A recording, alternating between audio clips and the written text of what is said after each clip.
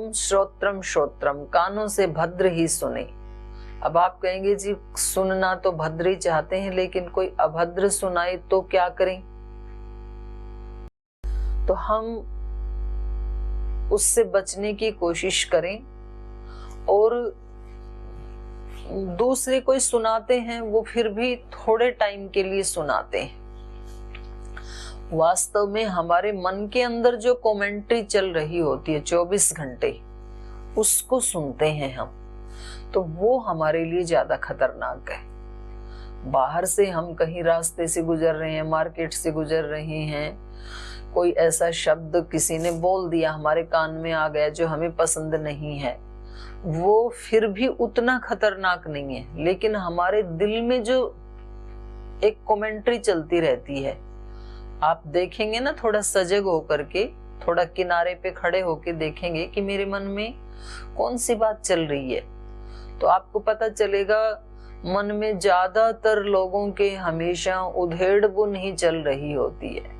या तो पास्ट की स्मृतियां चल रही होती हैं, या तो फ्यूचर की योजनाएं चल रही होती हैं, या तो पास्ट का पश्चाताप चल रहा होता है, या तो भविष्य की चिंताएं चल रही होती हैं, या तो किसी ने कुछ हमारे को थोड़ा कुछ कह दिया, अपमान कर दिया, तो उसके प्रति द्वेष की भावनाएं, बदला लेने की भावना, प्रतिशोध की भावना, उसके दोष देखने की भावना, विचार, ये सब चल रहा होता है। ये बड़ा खतरनाक है हमारे लिए।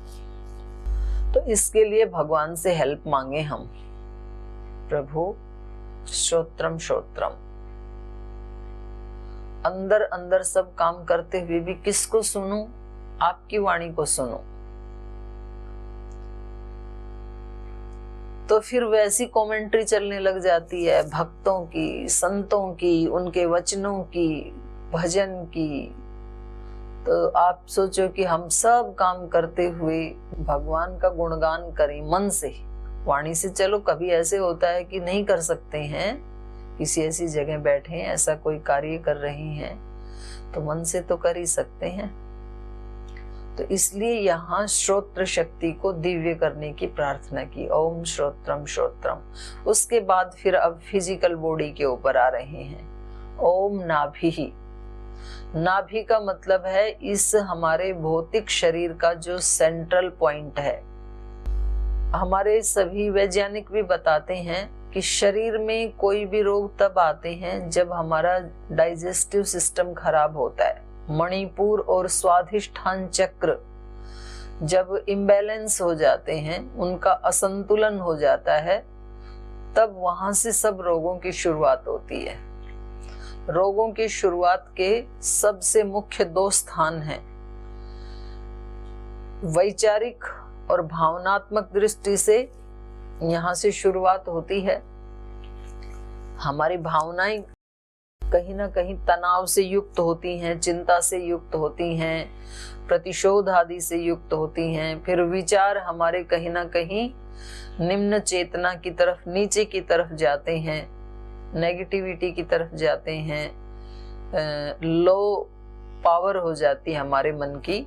तो तुरंत फिर हमारा पेट खराब हो जाता है, भूख नहीं लगेगी, बिना भूख के खा लिया तो पचेगा नहीं, फिर ऐसे ही डालते गए तो निकलेगा ठीक से नहीं, फिर वो अंदर सड़ता हुआ अनेक ऐसे रोगाणुओं को, रोग वाले बैक्टीरियाज को पैदा करेगा, कहीं घाव हो जाएगा, फिर वहां से वो रक्त में जाएंगे वो ही रोग के, फिर वो रक्त से पूरे शरीर में फैल जाएंगे, फिर थकान होगी, फिर दिमाग भी ठीक काम नहीं करेगा। सब रोगों की शुरुआत वहां से होती है। इसलिए कपालभाति के सबसे ज्यादा बढ़िया रिजल्ट है, क्योंकि कपालभाति करने से स्वाधिष्ठान, मणिपुर और मूल चक्र तो हो ही हो जाता है जो साधक हैं। तो यहाँ तक के जो 3 चक्र हैं उनको स्ट्रॉन्ग करने की, पवित्र करने की, संतुलित करने की प्रार्थना की गई है। और मैंने एक किसी वैज्ञानिक से भी, एक डॉक्टर से भी सुना कि हमारे गट में भी जो बैक्टीरिया हैं, गट में भी एक ब्रेन है।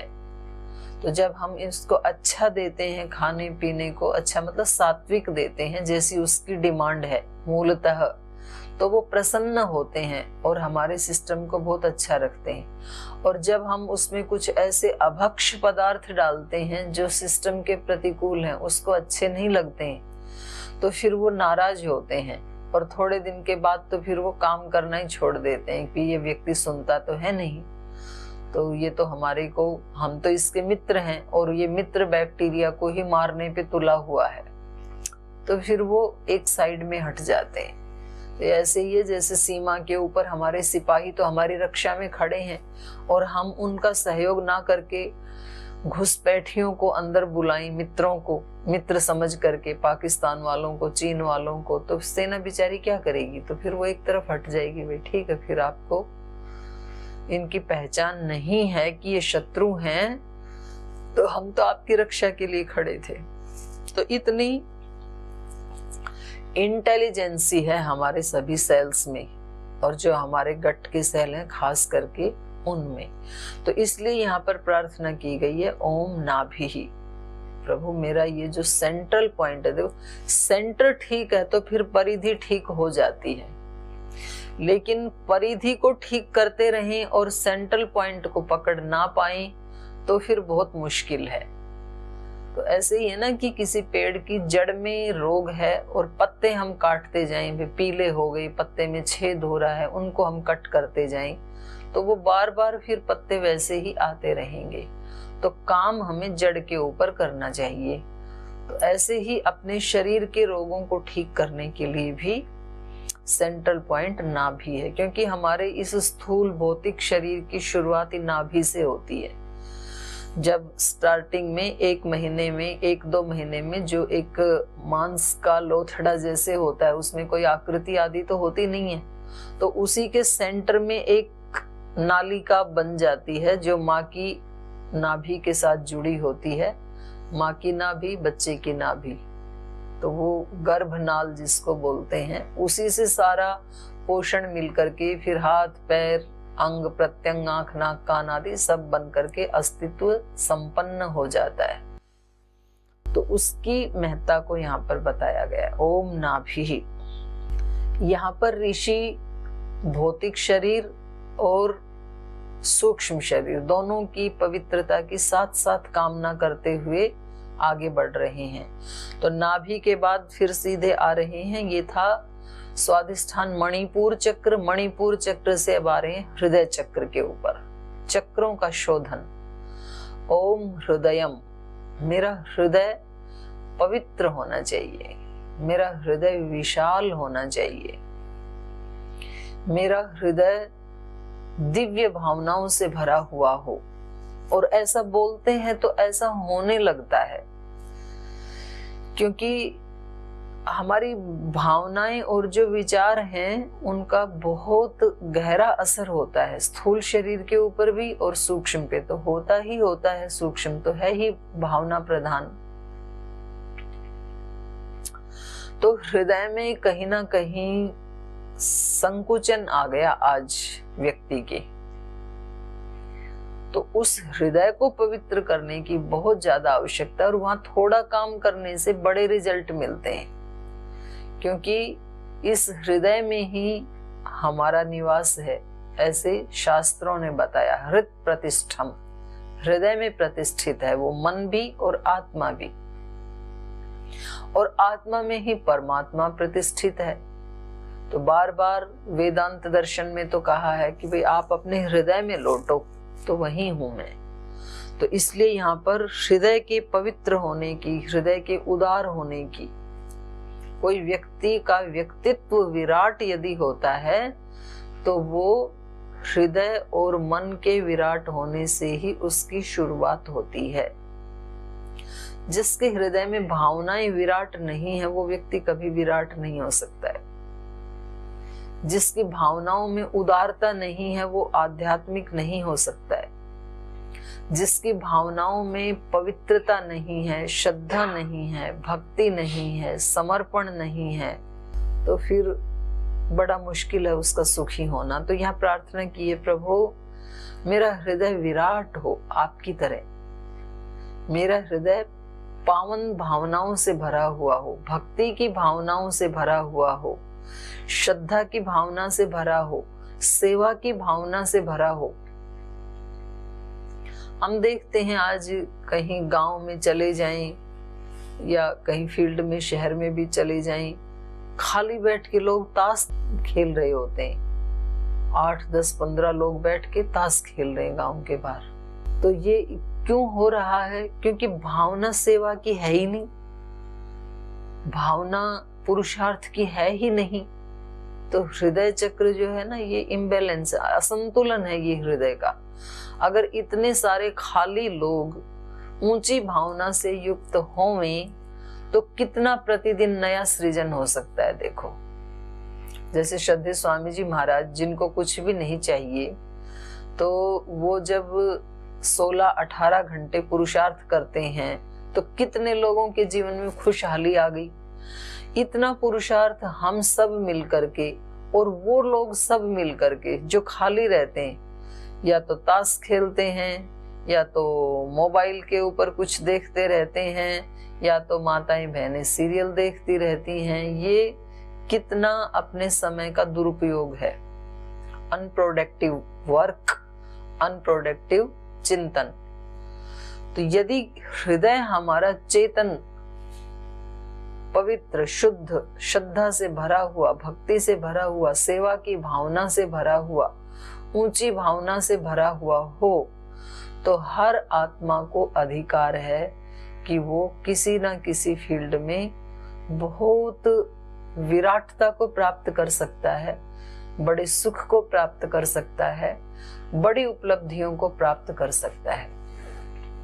व्यक्ति को कई बार ये लगने लगता है भाई सब बड़े थोड़े ही होते हैं। बिल्कुल होते हैं, हो ही सकते हैं, और सब ना होवे तो ना होवे, मेरा हृदय तो विराट, मुझे करना ही चाहिए। ऐसे हर व्यक्ति को सोचना चाहिए। ऐसे ही हमारे ऋषि सोचते थे, ऐसी भावनाएं रखते भी थे, तभी तो उनके हृदय से ये प्रार्थना निकलती थी, सर्वे भवन्तु सुखिनः।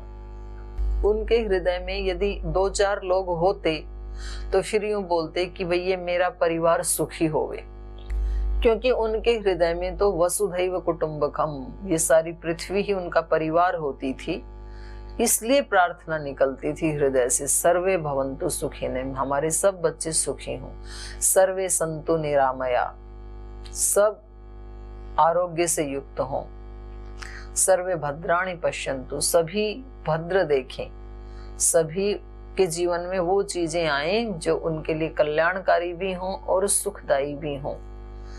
तो ऐसे हमें आप शुरुआत करें, कम से कम जिनको आप अपना मानते हैं उनके लिए ये प्रार्थना करें, उनसे ये शुरुआत करें, और फिर वो अपनेपन को जितना जितना हम विस्तार करते जाते हैं, बढ़ाते जाते हैं, पहले अपने घर परिवार के लिए, रिश्तेदारों के लिए, अपने मित्रों के लिए, संबंधियों के लिए ये प्रार्थना करनी चाहिए।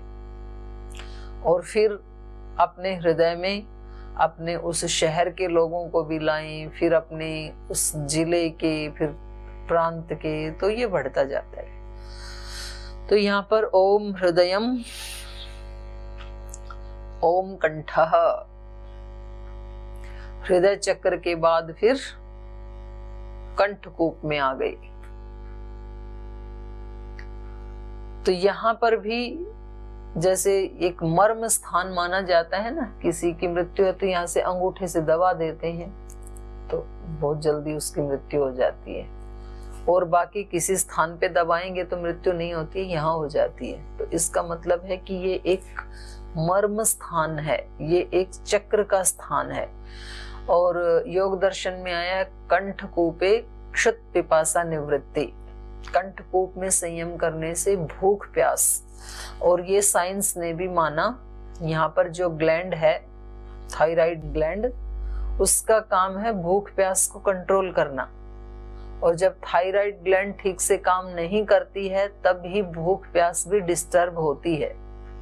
तो ये साइंस की दृष्टि से भी, और सुपर साइंस जो हमारे वैदिक ऋषियों ने जिसका साक्षात्कार किया, उसकी दृष्टि से भी इसको पवित्र रखने का हमें यहाँ पर संकेत मिलता है। ओम कंठः। इसके बाद फिर शिरः, सिर शरीर में सबसे ऊपर वाले स्थान पे है, और जीवन में भी जिसका सिर ठीक है उसके जीवन में आनंद ही आनंद है, और जिसके यहाँ थोड़ी खराबी आ गई, गड़बड़ी आ गई, तो फिर वो कितनी भी बाकी के शरीर से मेहनत करे फिर दुख ही दुख है। आप देखेंगे कितने बेचारे जो शरीर से नीचे वाला जो अंग है, शरीर का हिस्सा है, उससे कितना पुरुषार्थ करते हैं और उनके ऊपर राज करते हैं वो जो केवल मन से काम करते हैं, मेंटली उनका बॉस वो होता है, वो फिजिकल काम नहीं करता है। तो ये जो हिस्सा है ऊपर वाला, सिर वाला, ये हमारे पूरे शरीर का बॉस है, पूरे जीवन का बॉस है। व्यक्ति का जीवन कैसा होगा, व्यक्ति के सुख के साधन होंगे या दुख के साधन होंगे, व्यक्ति सुयश को प्राप्त करेगा या अपयश को प्राप्त करेगा, सब यहाँ से तय होता है। इसलिए सिर को पवित्र करने के लिए 3 बार कहा है। अभी कह दिया ओम शिरः, फिर जब वहां पवित्र करने की बात आएगी ना, ओम भू पुनातु शिरसी, और फिर एक बार ओम सत्यम पुनातु पुनः शिरसी, तो 3 बार इसके लिए प्रार्थना कर दी है संध्या में। बाकी सब अंगों के लिए 1-1 बार की, सिर के लिए 3 बार प्रार्थना की। तो जब किसी के जीवन में कुछ उल्टा पुल्टा होने लगता है तो बोलते भाई इसके ना खोपड़ी खराब हो गई।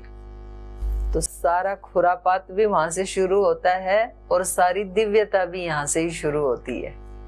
तो इसलिए भगवान जी से विशेष प्रार्थना की है यहाँ पर, ओम शिरः, ओम बाहुभ्याम यशो बलम। तो इतनी हमारी सूक्ष्म इंद्रियां और स्थूल शरीर पवित्र होगा तो भुजाओं से हम जो कुछ भी करेंगे उससे हमारा यश भी बढ़ेगा और बल भी बढ़ेगा। तो हाथों से सभी काम करते हैं, लेकिन कुछ लोगों के जीवन में यश की वृद्धि होती है, बल की वृद्धि होती है, कुछ लोगों के जीवन में वृद्धि नहीं होती है। तो उसका कारण यही है कि हम जो कुछ भी कर्म करें, तो ऐसे बोलते हैं ना भाई ये व्यक्ति तो ठीकरी में हाथ डालता है और सोना हो जाता है। ऐसे कैसे हो जाता है भाई? ठीकरी का मतलब होता है जो घड़ा टूट जाता है उसके जो टुकड़े हैं उसको ठीकरी बोलते हैं। तो जो ऐसे संत महात्मा योगी जन होते हैं, बोले इसके जीवन में तो समृद्धि समृद्धि सुख ही सुख आता जा रहा है, ठीकरी को छूता है और वो तो सोना हो जाता है। तो कैसे होता है वो? जो ये पहले के बताए, जब सारे हमारे अंग प्रत्यंग पवित्रता से युक्त होते हैं, दिव्यता से युक्त होते हैं, प्रशांति से युक्त होते हैं, तो फिर जो भी व्यक्ति इन भुजाओं से करता है वो यशस्वी भी होता है और वो बल से युक्त भी होता है। ओम बाहुभ्याम यशो बलम। श्रद्धेय गुरुदेव कितना अच्छा हमें बताते हैं, हेड, हार्ट और हैंड्स 3 को पवित्र करो तो आपका यहां से ज्ञान योग हो जाएगा, हेड से, हार्ट से भक्ति योग और हैंड्स से कर्म योग, तीनों योग सिद्ध हो जाएंगे। ऐसे यहां पर कहा बाहुभ्याम यशो बलम। जो कुछ करूं, ये इंद्रियां पवित्र तो हो गई मेरी, मैंने प्रार्थना की, आपने पवित्र कर दी। अब पवित्र इंद्रियों से जो कुछ भी इन हाथों से कर्म होंगे, जो कर्म योग होगा वो मेरे यश और बल को बढ़ाने वाला होवे। ओम बाहुभ्याम यशो बलम। ओम करतल कर पृष्ठे।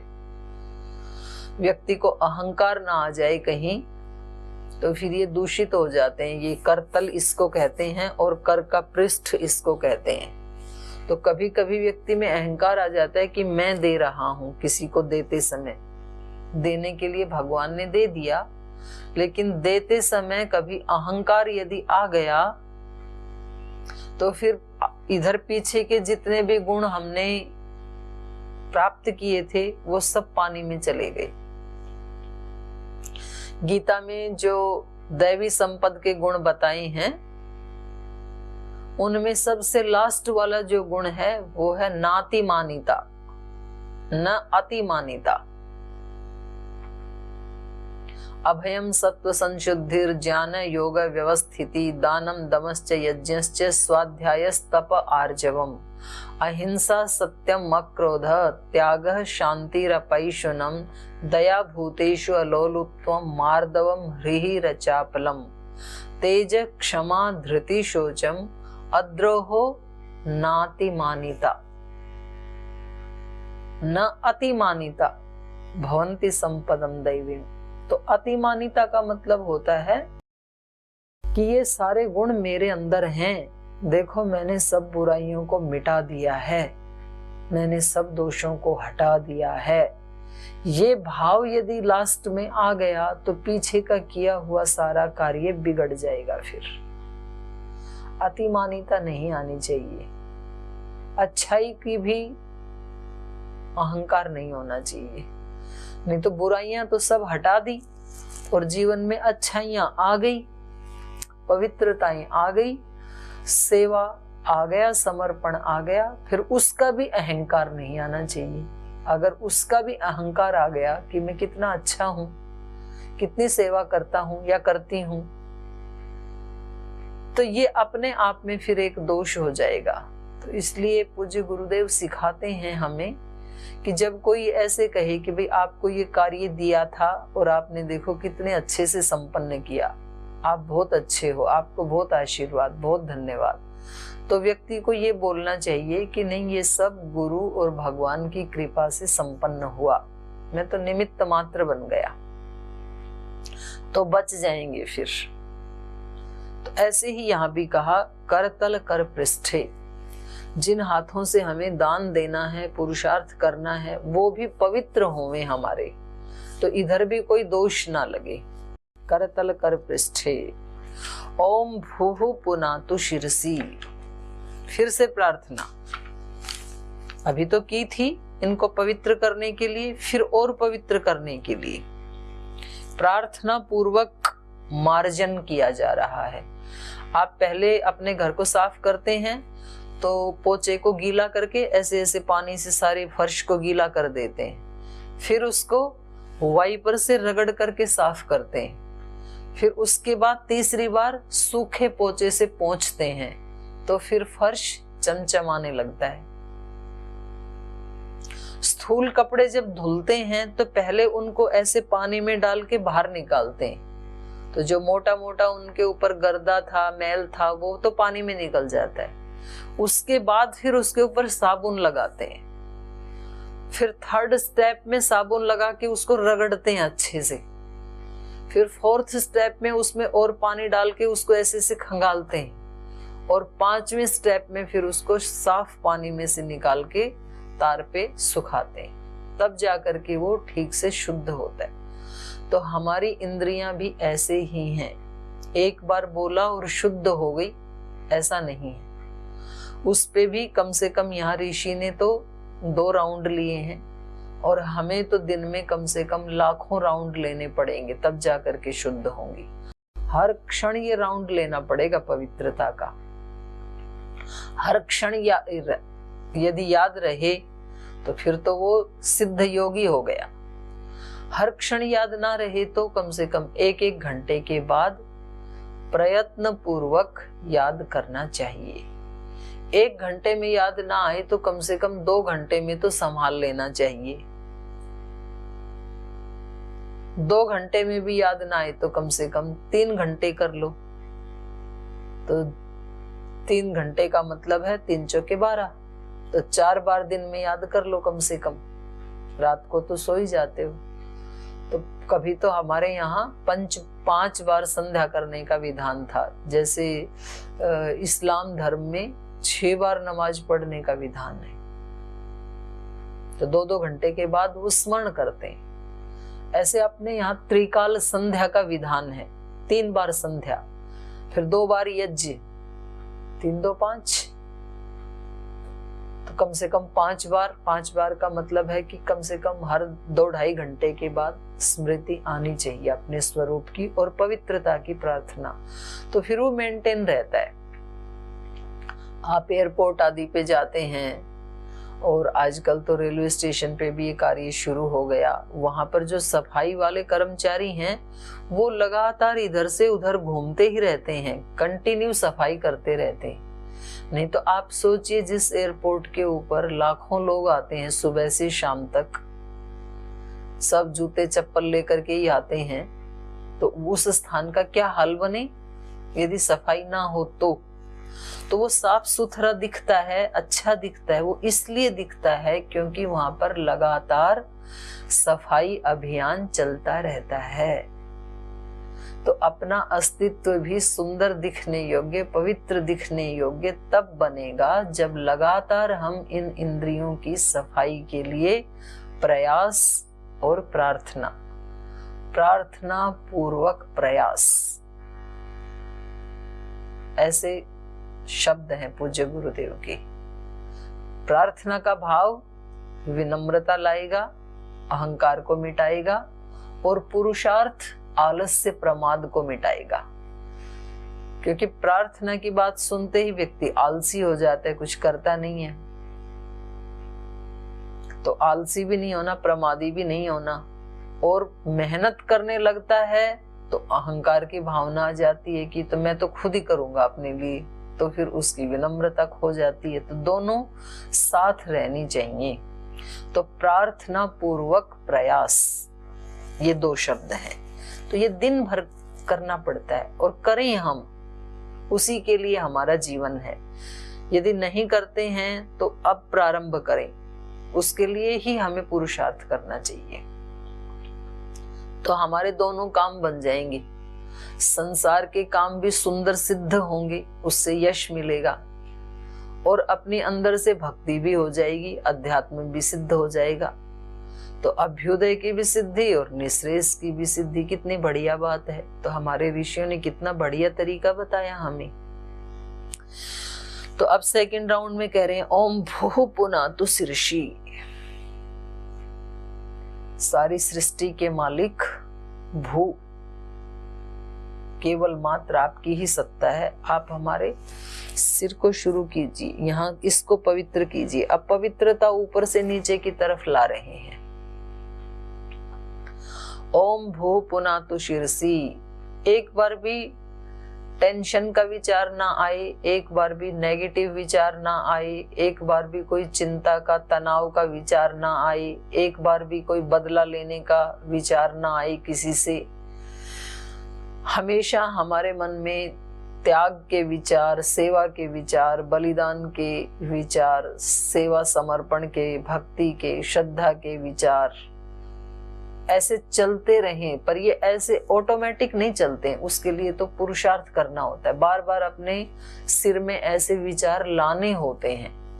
ऐसे लाना होता है कि मैं भगवान का यंत्र हूँ, मैं भगवान का बालक हूँ, मैं एक अपने गुरु का शिष्य हूँ, तो मुझे ऐसे सोचना अलाउ नहीं है। तो तुरंत अपने चिंतन को बदलना होता है। जब व्यक्ति को ये पता लग जाता है कि मेरे लिए ये चीजें अलाउ हैं, ये चीजें अलाउ नहीं हैं। अब आप लोगों के लिए मांसाहार अलाउ नहीं है, ऐसा आपने सोच रखा है, तो इसलिए उधर कभी मन भी नहीं जाता है, और दूसरे लोग उसको खाते हैं, क्योंकि आपके माइंड ने ये तय कर लिया कि हमें, हमारे लिए ये चीजें नहीं हैं, तो वो फिर कभी चिंतन में भी नहीं आती हैं।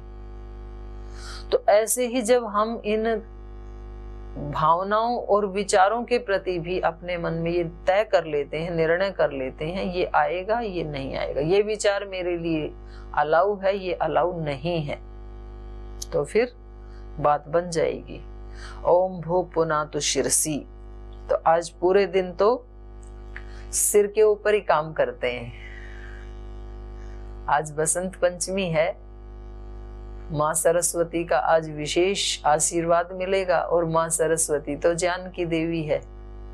तो आज हम एक ही सिर को ही पवित्र करने का, दिन भर आपको जितनी बार याद आई आप काउंटिंग करके रखिए, मेरे विचार पवित्र हो। तो कभी भी थोड़ी देर के लिए भी कोई इधर उधर का, कोई चिंता का, तनाव का कोई ऐसा विचार आए अवांछित, तो उसको हटा करके बोले नहीं, मेरे लिए ये अलाउ नहीं है, मैं भगवान की पुत्री हूं।